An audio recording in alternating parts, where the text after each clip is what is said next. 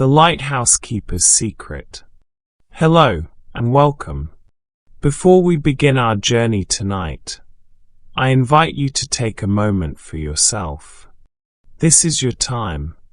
The next hour belongs to you, and you alone. Find a comfortable position.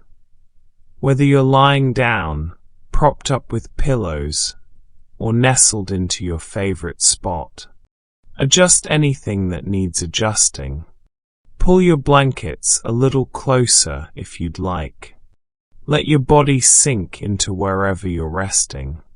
Take a slow, deep breath in, and let it go. There's nowhere else you need to be right now. Nothing that requires your attention. Any thoughts about tomorrow, any worries from today, they can wait.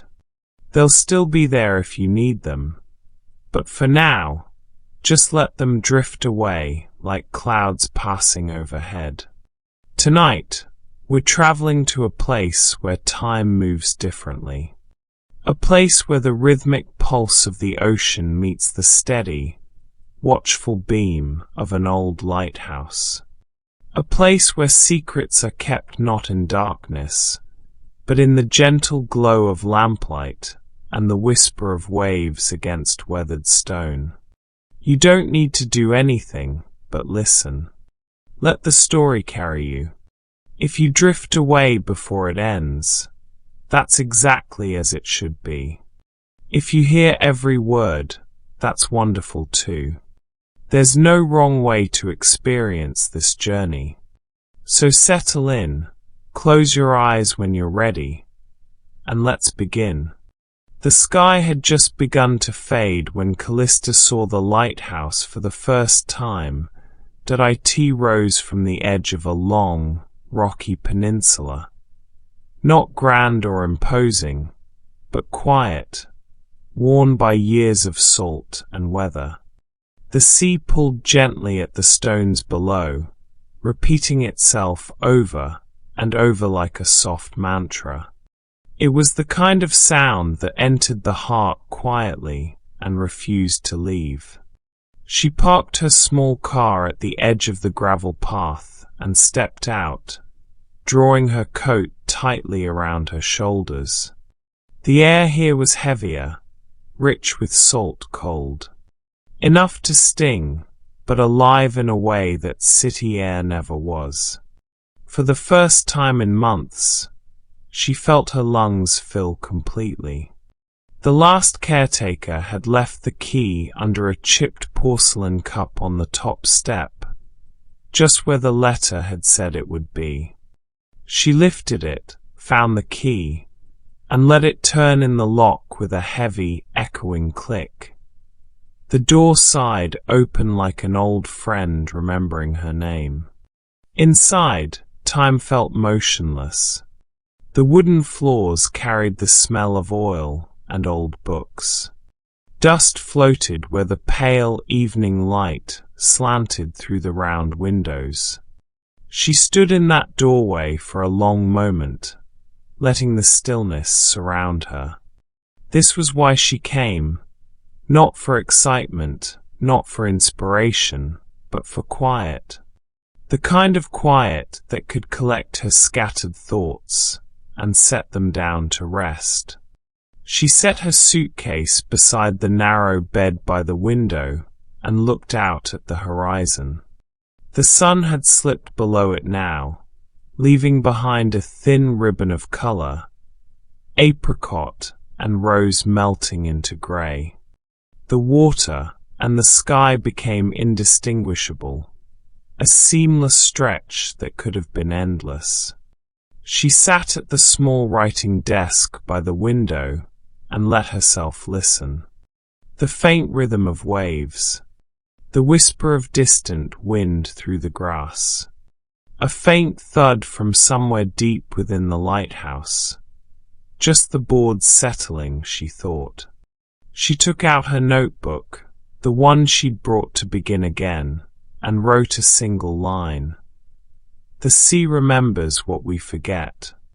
The first real darkness came slowly. Out over the water, The last color slipped away until the horizon was only a suggestion, a place where black met a softer black. The lantern room above her stayed unlit. The automated system the Coast Guard used now was farther down the coast, colder, more efficient. Here, the old glass remained like an eye that had closed for the night. Calista stood at the base of the spiral staircase and looked up. The staircase curved along the inner wall of the tower, a narrow ribbon of worn stone and iron, each step smoothed at the center by generations of feet. The air up there felt different, cooler, more echoing. She rested her hand on the rail and felt the faint chill of metal under her skin. She could explore later, she told herself. She had weeks. There was no deadline here, no editor waiting, no unread messages needing replies. For tonight, she wanted only to settle into the quiet and let it begin to do its work.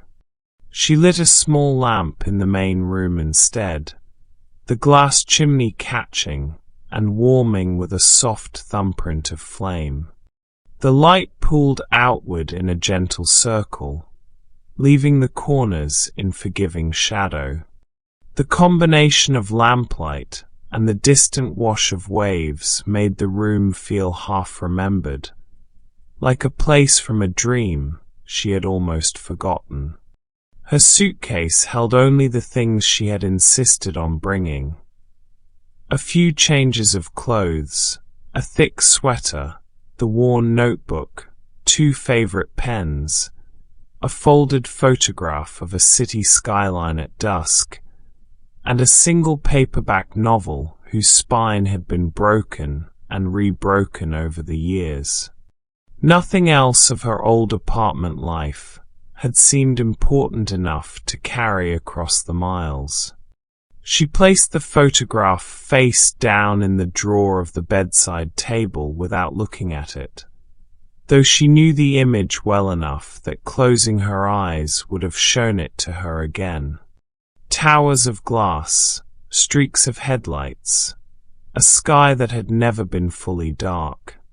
The bed creaked softly when she sat on it, its mattress firmer than she expected, but welcoming in its own way. It was covered in a plain, thick quilt, hand-stitched in simple patterns of blue and white, more utilitarian than beautiful. She smoothed a hand over it slowly, tracing the faint seams. The quiet here was not complete silence. It was made of many soft things layered together. The sigh of the sea, rising and falling. The occasional call of a seabird, far away and growing rarer as night deepened.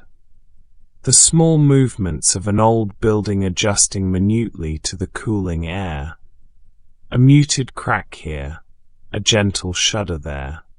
It reminded her of listening to a sleeping house in childhood, lying awake and wondering what all those tiny sounds meant, building whole stories from them until sleep took her gently by the hand. She changed into softer clothes, pulled thick wool socks onto her feet, and returned to the narrow writing desk by the window. The glass was slightly imperfect, its surface wavy, so the world beyond it shimmered a little, like something underwater. Out there, a few distant lights from passing ships floated, and then slipped away. She opened her notebook again. The line she had written earlier, "The sea remembers what we forget," sat alone, still damp-looking, as if it could be changed at any moment. She read it several times, then drew a slow line beneath it, and wrote another sentence. Maybe that is why it calls to us when we are tired of our own remembering. She paused, feeling the weight of her shoulders begin to drop from around her ears. There was no expectation that these words would become anything. No contract, no obligation, just ink, paper, and the small relief of turning unspoken thoughts into something tangible. Her hand moved more slowly as she wrote, not from hesitation, but from a kind of deliberate care. Each letter formed like a small exhale. After half a page, she stopped and leaned back, letting the pen rest on the open notebook. Sleep did not come easily, even now. Months of restless nights in the city had carved habits into her body. Late thoughts looping back on themselves, the blue glow of screens, the distant but insistent hum of traffic and voices. Her mind had learned to stay alert long after her body wanted to surrender. Here, though, there was nothing to monitor. No incoming calls. No sudden sirens. Just the steady presence of the sea pressing softly against the edges of the night. She closed the notebook gently and turned down the lamp until the flame became the faintest curve of orange, then swallowed itself into darkness. For a moment, she sat still, letting her eyes adjust. The room became a series of vague shapes. The outline of the desk, the curve of the chair, the vertical line of the doorframe. When she lay down and pulled the quilt up to her chest, she noticed the faint smell of sun and detergent still clinging to the fabric, the hint that it had been washed and hung outside to dry. Someone had prepared this place for her in a quiet, practical way. The pillow cradled her head, feeling both unfamiliar and safe. She turned slightly onto her side, so she could still see the outline of the window. The glass reflected a faint version of the room, but mostly it reflected her own shadow, and beyond that, only night. She listened. The waves arrived, one after another, unhurried. She silently counted them at first, the way she had once counted breaths in a yoga class. She had gone to exactly twice. 1, 2, 3. Different enough. A little more foam here, a change in the wind direction there, to keep her aware, but familiar enough to soothe. After a while, she stopped counting and let the sound become a single, continuous presence, like a long exhale stretching from the base of the cliffs out to the farthest edge of the dark. Her last clear thought before sleep drifted close was simple and unadorned. I am far away from everything that hurt. The dream, when it came, was gentle. She was standing at the top of the lighthouse, though she had not climbed the stairs. The lantern room around her was brighter than it ever could have been in reality, lit not by a single beam, but by a soft, spherical glow that seemed to come from the very glass itself. Outside, the night sea shone with a faint silver skin. Every wave carried a line of light along its edge, like writing in a language she did not know how to read. There was someone else in the room with her. At first, the presence was only a sense of weight in the air, as if another person's breathing were shaping the space in subtle ways. Then slowly, the outline of a figure began to form near the lantern housing. A man, perhaps, though the details of his face stayed blurred, like something seen through fogged glass. He moved with the unhurried calm of someone who had repeated the same actions for many years. His hands, more distinct than his features, reached up to adjust something on the lantern, even though it was already shining perfectly. The gesture was careful, practiced, affectionate. Calista watched him without alarm. In the strange logic of dreams, his presence felt neither threatening nor surprising. She understood, without quite knowing how, that he was the one who had kept this light burning when it still mattered for ships at sea. He did not look at her fully, but there was a sense that he knew she was there. When he finally spoke, his voice was low and calm, carrying the deliberate weight of someone who rarely spoke at all. "Sometimes," he said, as if continuing a conversation they had been having for years, "the light is not for the sailors." She listened, trying to catch every word. "Sometimes," he went on, "it is only for the ones who are lost on land." She opened her mouth to ask him what he meant, but the room seemed to tilt just slightly, and the glowing glass around them brightened until it was almost too much to look at. For a moment, she felt that familiar city panic rise in her chest, the fear of being overwhelmed. But then the light softened again, and the feeling passed like a wave smoothing out. When she looked back at the man, he was standing closer to the window now, gazing out at the line where sea met sky. "Leave things where you find them," he said quietly. "They remember their own stories." His words fell into her like small, slow stones dropped into a deep pool. Ripples of meaning moved outward, but she could not yet see what they would touch. Before she could ask him who he was, or what exactly he wanted her to understand, the sound of the actual waves from outside the dream began to seep through. It was as if the edges of the vision had been made of mist, and the tide was gently pulling it apart. The lantern room dimmed. The man's outline wavered. She heard one last sound, not quite a word, more like the exhalation just before someone speaks. Then she woke. The room was cool and grey, filled with the first thin light of very early morning.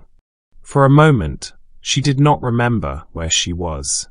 The quilt, the curved wall, the faint circular shadow of the window on the floor, all of it felt like pieces from several lives arranged together.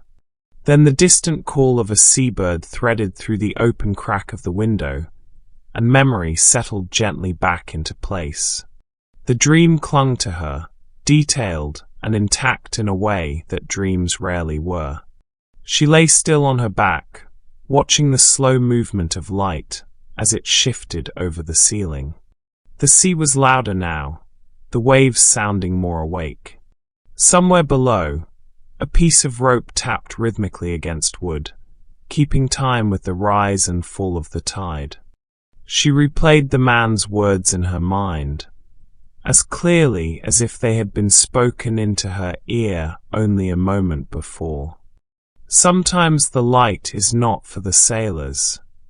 Leave things where you find them. They remember their own stories." There was something both comforting and unsettling in that. A sense that she was not the first person to stand in this lighthouse and feel lost, and that perhaps the building itself held traces of all those private confusions and quiet healings. She did not rush to get up.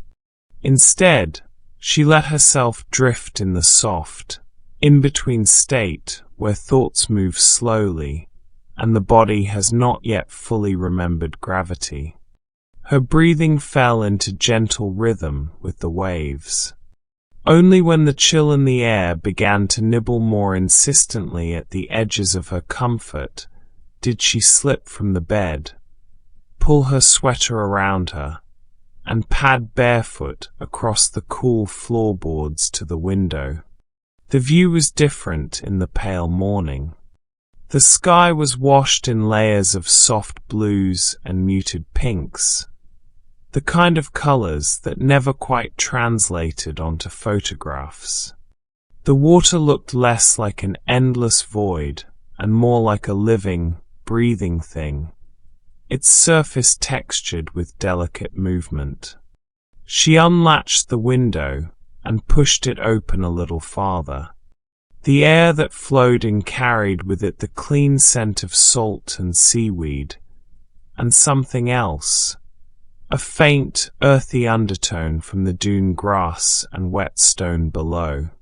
For a long moment, she simply stood there, letting that air fill the room and her lungs.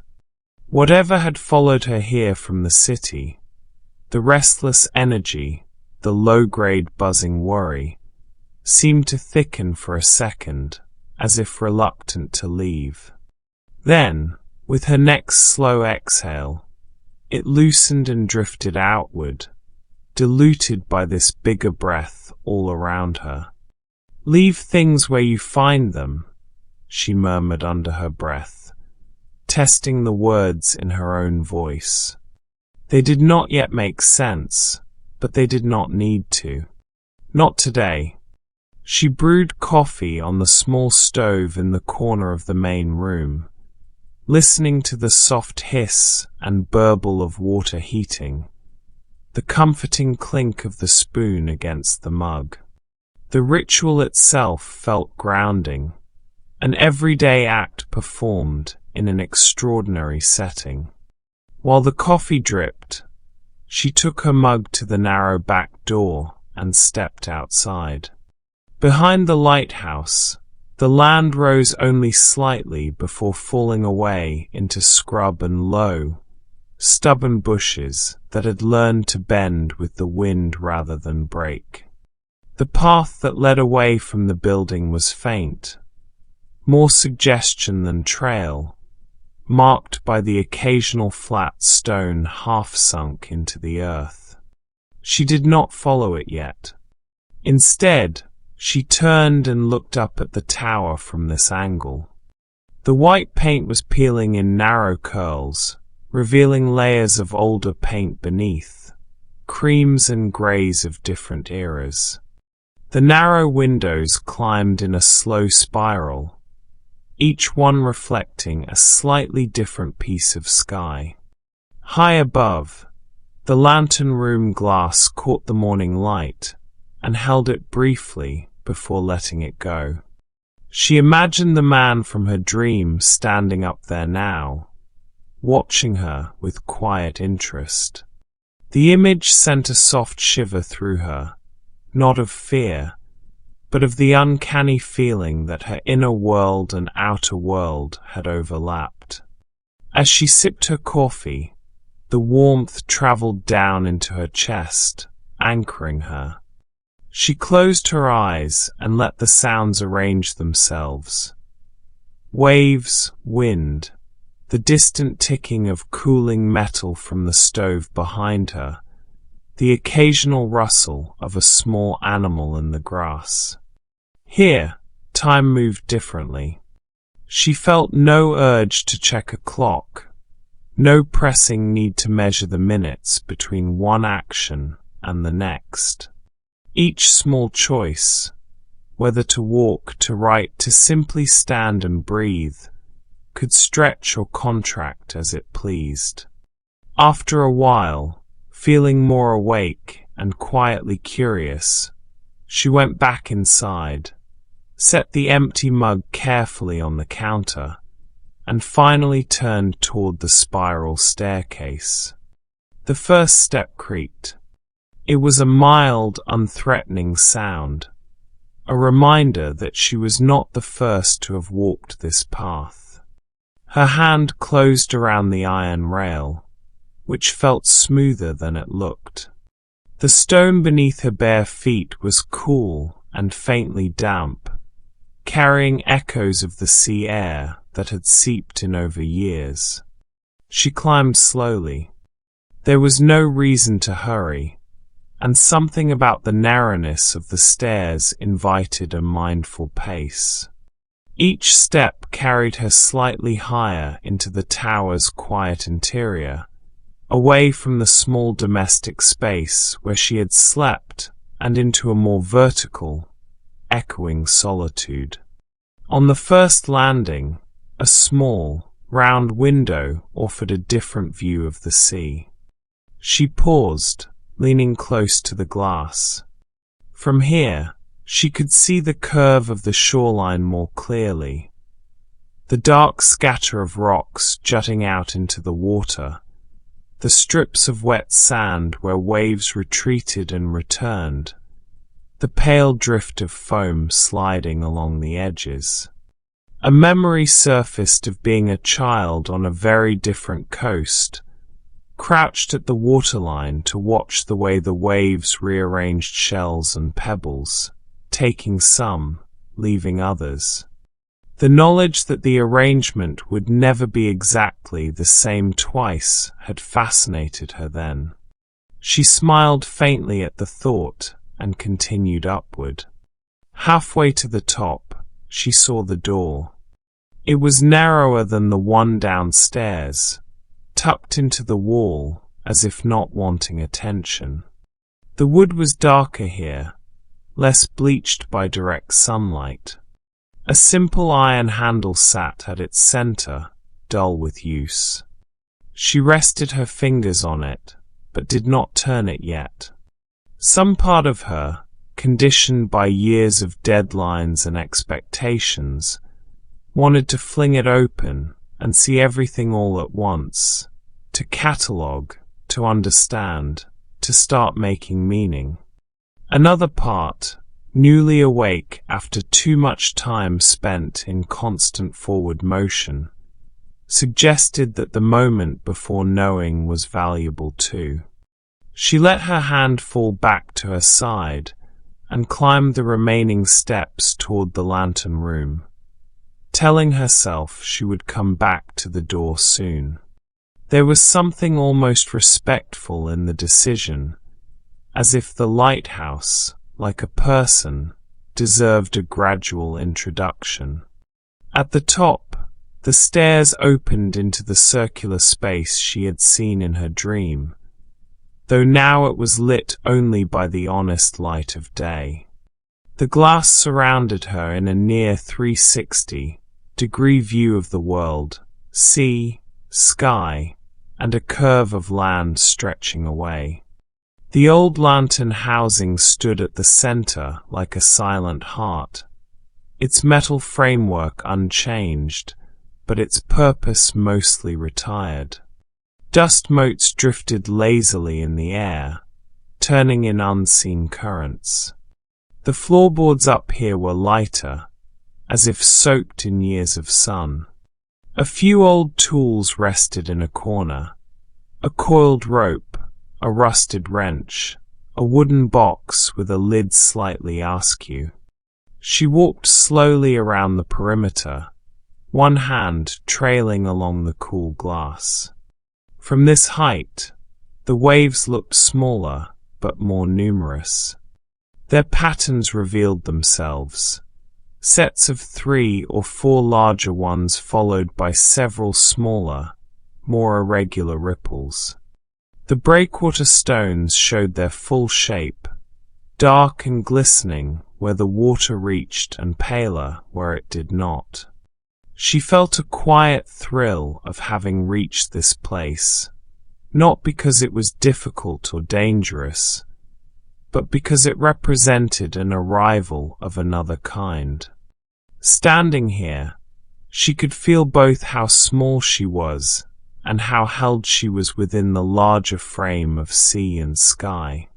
For a moment, she closed her eyes and imagined the lantern burning as it once had, a rotating beam slicing the night, painting its path across the waves. She pictured ships out there, invisible but attentive, waiting for that reassurance. You are not alone on this water. There is land. There is guidance. The echo of the dream brushed against her thoughts again. Sometimes the light is not for the sailors. She opened her eyes and let the notion settle between her and the quiet machinery of the room. Perhaps, she thought, some places existed simply to gather the lost, not to provide clear directions, but to give them a vantage point from which to see themselves differently. The idea eased something inside her chest.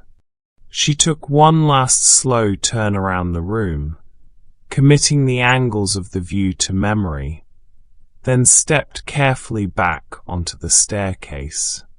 The unknown door waited for her halfway down, a small mystery patiently holding its place in the stone.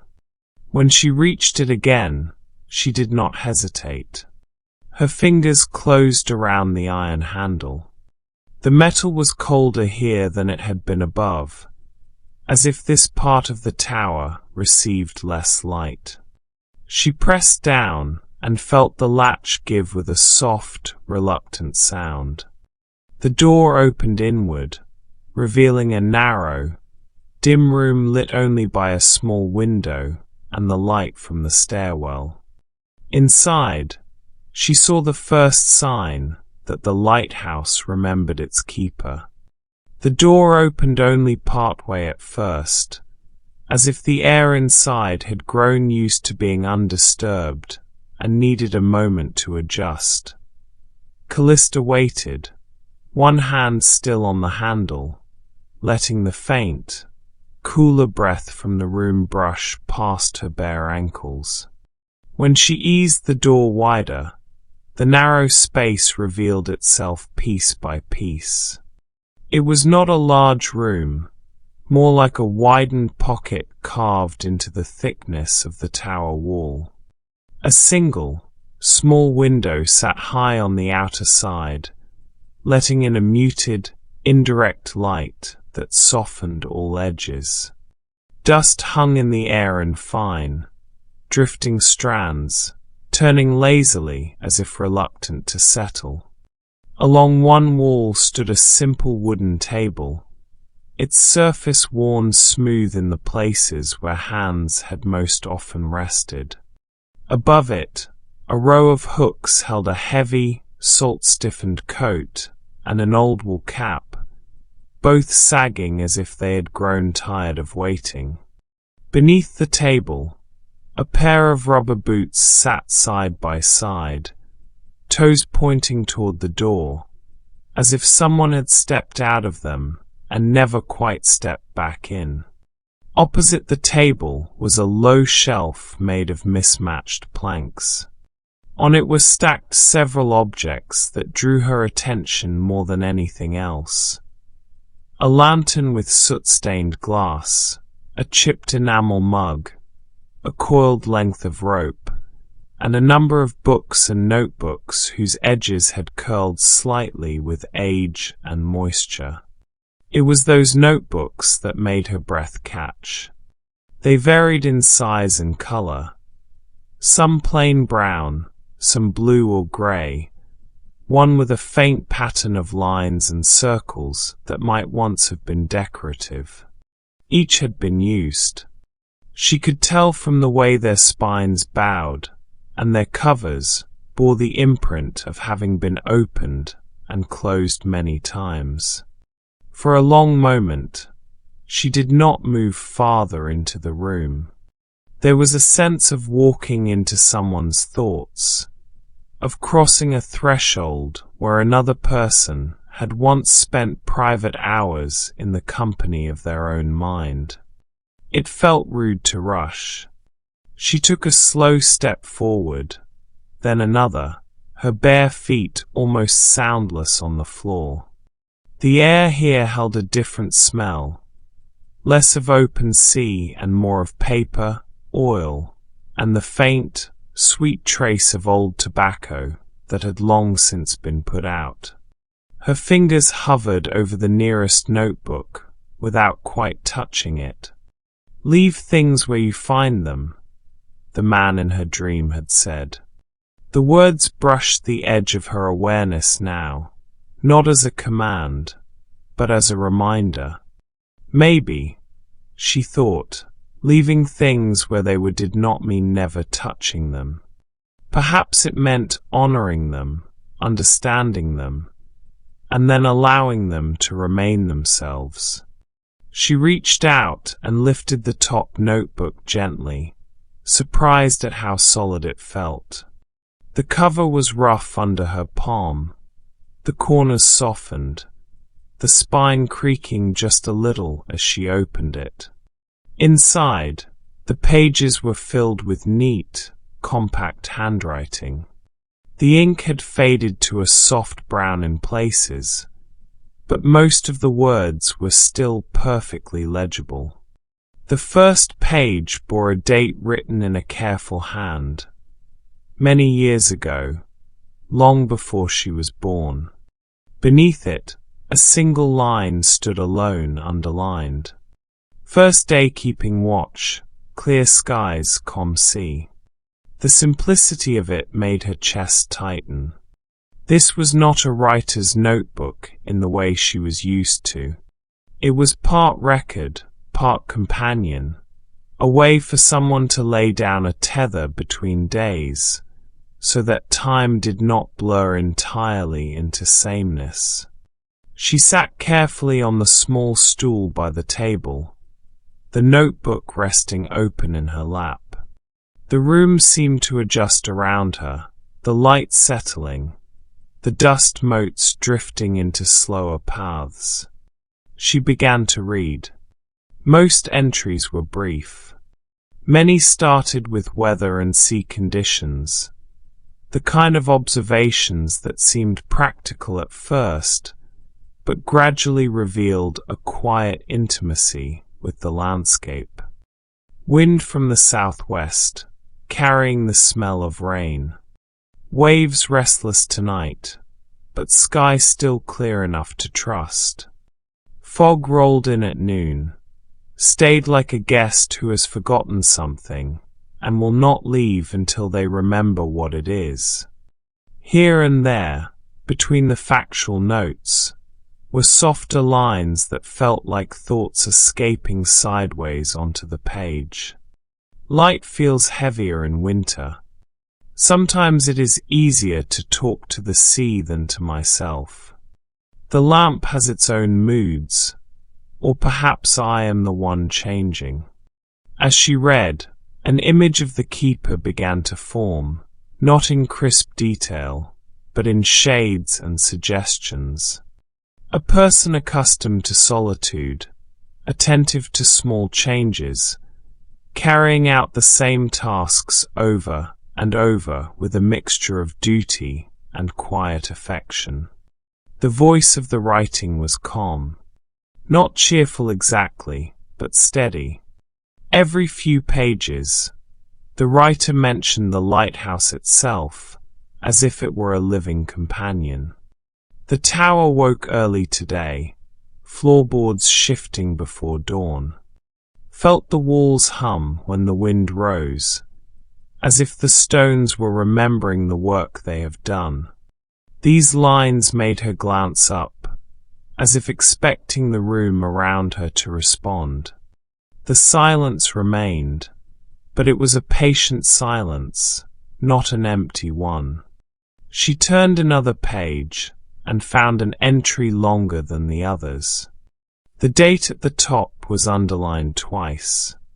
The handwriting was slightly less even, as if written with more emotion or less rest. Storm tonight. Harder than I have seen in years. Waves climbing higher than the rocks, wind cutting sideways. Could not see the horizon, only the nearest foam in the beam of the lamp. For a time, felt the tower sway with the force of it, or perhaps that was only my own lack of balance. Reminded myself aloud that these stones have stood longer than my fear. Beneath that, in a smaller script, almost squeezed into the margin, another line appeared. Funny, how the worst storms come on the nights when a person already feels most fragile. She paused, letting that thought settle alongside her own memories of bad nights. The ones where nothing particularly terrible was happening, but everything inside felt thin and overused. Those nights had always seemed to attract additional weight, as if some quiet law of emotional gravity were at work. The keeper, whoever they had been, had understood that. She found herself exhaling slowly, as if in answer. After some time, she realized she did not know how long she had been reading. The pages had drawn her in at such a gentle pace that time had slipped sideways. The light through the small window had shifted almost imperceptibly, creeping along the wall until it rested higher, softening the edges of the table. Her legs had begun to grow faintly numb from sitting still. She flexed her toes, feeling sensation return in a tingling wave. She did not feel tired exactly, but she did feel quieter. The constant buzz of her own thoughts, the background noise that had followed her from the city, full of self-questioning and unfinished tasks, had lowered to a murmur. In its place was a softer feeling, like the aftertaste of something simple and nourishing. She closed the notebook gently, keeping one finger inside to mark her place. There were more volumes. The shelf held at least 6 or 7, maybe more hidden behind. The idea that she could read through an entire life's worth of observations made her feel both privileged and cautious. She did not want to devour them all at once. There was no need. The lighthouse was in no hurry, and neither was she, not really. She returned the notebook to its place on the shelf, letting it slide back into the empty rectangle its absence had left. The simple act of putting it back felt oddly important, as if she were closing a small door without locking it. Her eyes wandered to the other items on the shelf. The old lantern's glass was clouded from use, its metal frame bearing the faint dullness of many nights. The enamel mug had a chip along its rim that exposed the dark ceramic beneath the white. The coiled rope looked as though it would still hold if called upon, though its outer strands were beginning to fray. There were also a few loose sheets of paper tucked between the notebooks, maps of the local coastline, rough sketches of waves and rocks, and a page covered in what looked like practice signatures, written over and over until they blurred. The repetition carried a strange tenderness, as if the keeper had been reminding himself that he existed. She let her fingertips skim lightly over one such signature, not fully tracing it, just acknowledging. It felt, somehow, like saying hello. When she stepped back out onto the stairs, the wider light of the tower seemed almost bright in comparison.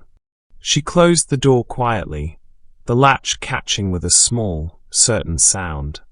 For a moment, she stood there on the narrow landing, hands still resting on the wood, feeling the difference between being inside the keeper's small room and being in the more open shaft of the staircase. It was like surfacing from underwater. She descended slowly, her hands sliding along the rail, each step bringing her closer to the main room where she had slept. The familiarity of the space below had already begun to grow in her. The angle of light through the window, the shape of the bed, the way sound moved through the curved walls. By the time she stepped onto the lower floor, she felt both more grounded and more aware of how much she did not yet know. The kettle on the stove, which she had not realized she had left with a bit of water, ticked softly as it cooled, as if marking the passing of uncounted minutes. The notebook on her desk, where she had written her own thoughts, waited with its blank pages open, patient and unassuming. She moved toward the window first. Outside, the sea had brightened into its full daytime self. The sky was largely clear, with a few long, stretched clouds drifting lazily toward the horizon. The waves looked both stronger and less mysterious under this light, their white caps more pronounced as they rolled toward the shore. She rested her forehead briefly against the cool glass. The sense of the keeper's presence followed her in a subtle way. Not as a ghost, not exactly, but as an awareness that these walls had heard another person's voice, another person's quiet thinking, for many years. Her own presence here felt less intrusive, and more like an addition to a long continuum. She wondered, not for the first time, why the dream had come on her very first night. Dreams were often composites of things seen and heard and worried over. But she had only just arrived. The man in the lantern room felt fully formed in a way that made her palms itch with curiosity. Had she read some mention of the keeper in the letter the caretaker had sent? Had her mind filled in the gaps with its own imaginings? Or was there something about this place that was simply conducive to receiving old echoes? The questions sat inside her without demanding answers. She let them drift like small boats on the surface of a larger calm. She spent the next part of the day in unhurried tasks. She unpacked the last of her things, putting clothes into drawers and stacking the single novel on the small shelf near the bed. She swept the floor lightly, even though it did not truly need it, just to feel the simple satisfaction of making the space a little more her own. She opened the small cupboard in the corner and found a few basic provisions the caretaker had left.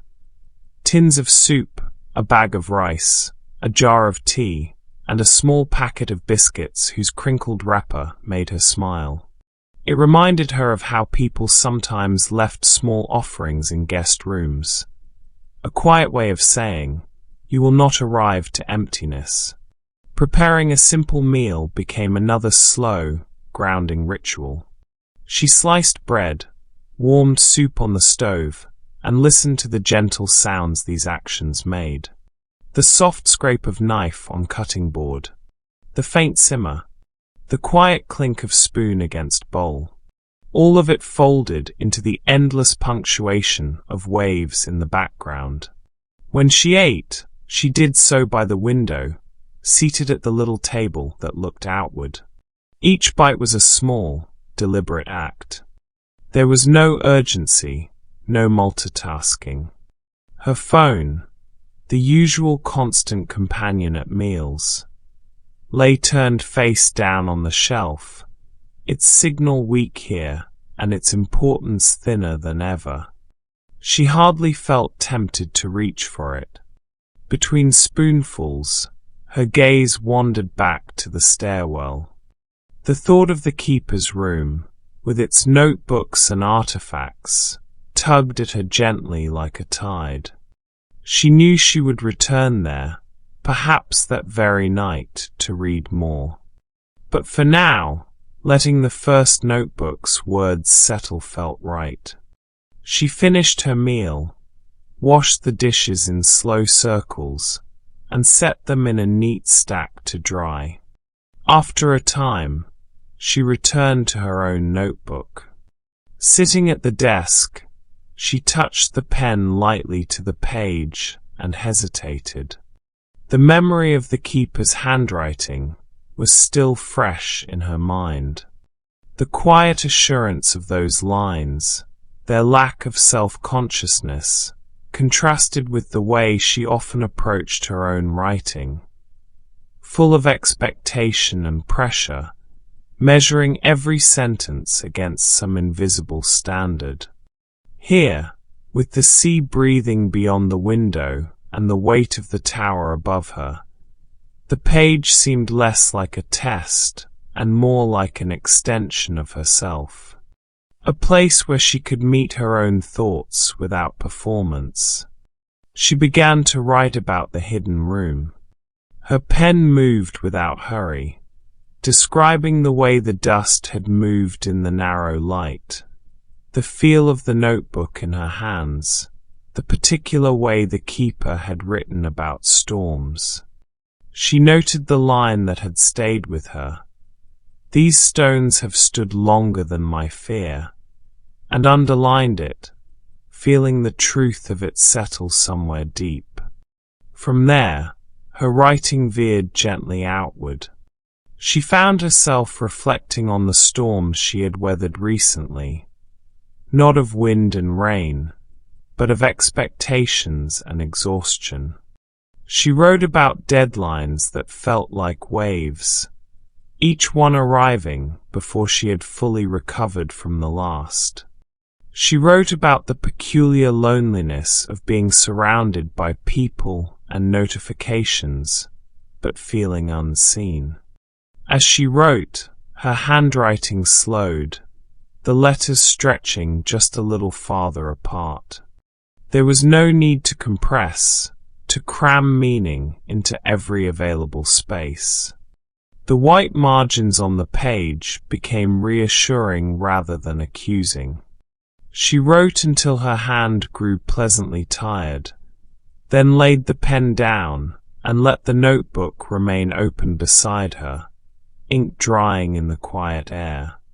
Outside, the light had shifted again, moving toward the soft, golden angle of late afternoon. Shadows lengthened across the floor. The sea, which had glittered under the midday sun, now took on a deeper blue, its surface more reflective, like glass darkening as evening approached. Calista rested her chin on her folded arms for a moment, gazing out. The thought came to her unbidden that perhaps this was what the keeper had meant, or what the dream of him had meant, by the light not always being for sailors. Some guidance, some illumination, existed not to direct others, but to help a solitary watcher make sense of their own internal weather. The idea brought with it a wash of quiet relief. The day thinned itself gently into evening. She lit the small lamp again as the colors outside softened, the familiar circle of light blooming once more in the center of the room. The flame's reflection flickered faintly in the window glass, overlaying itself on the darkening sea. She felt no urgency to stay awake late, but she also did not feel the same bone-deep fatigue that had chased her in the city. Instead, there was a softness approaching, like fog rolling in, blurring the edges of everything into gentler shapes. Before sleep, she climbed the stairs once more. The air in the tower held the faint memory of the day's warmth. She passed the closed door of the keeper's room without opening it, acknowledging its presence like one might nod to a neighbor on the way by. The knowledge that the notebooks waited there, patient and complete, brought a small comfort. At the top, in the lantern room, night was gathering. She stepped close to the glass and looked out. The sea had become a great, dark expanse again, but not a frightening one.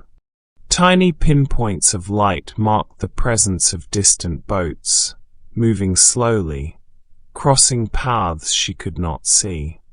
The nearest of them blinked intermittently, sending coded messages she could not read, but trusted had meaning.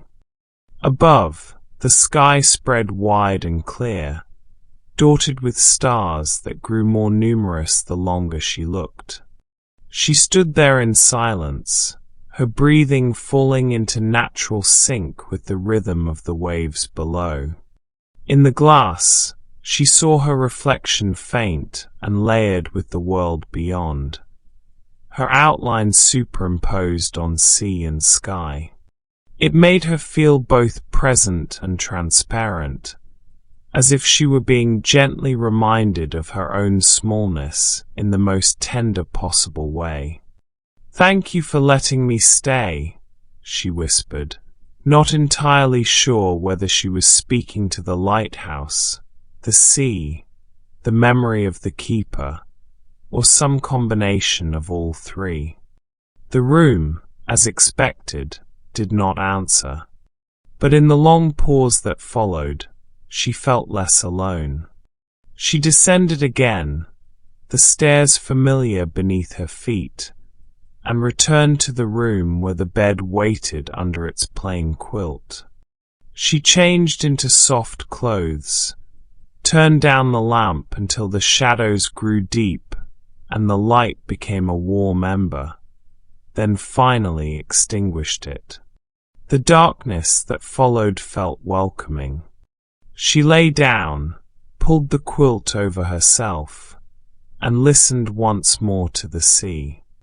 The waves came, one after another, patient and unhurried. Her thoughts, which had once rushed and tangled, now moved more slowly, each one trailing off before it could gather speed.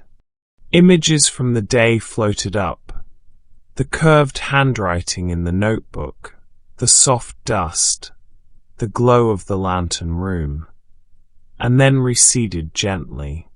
Her breathing deepened. The sense of the tower standing firm around her, its stones quiet but steadfast, wrapped her like an additional blanket. The imagined presence of the keeper, not as a sharp, defined figure, but as a calm awareness, rested just beyond the edges of her mind. In that embrace of sound and stone and soft, lingering words, her body loosened, thought by thought.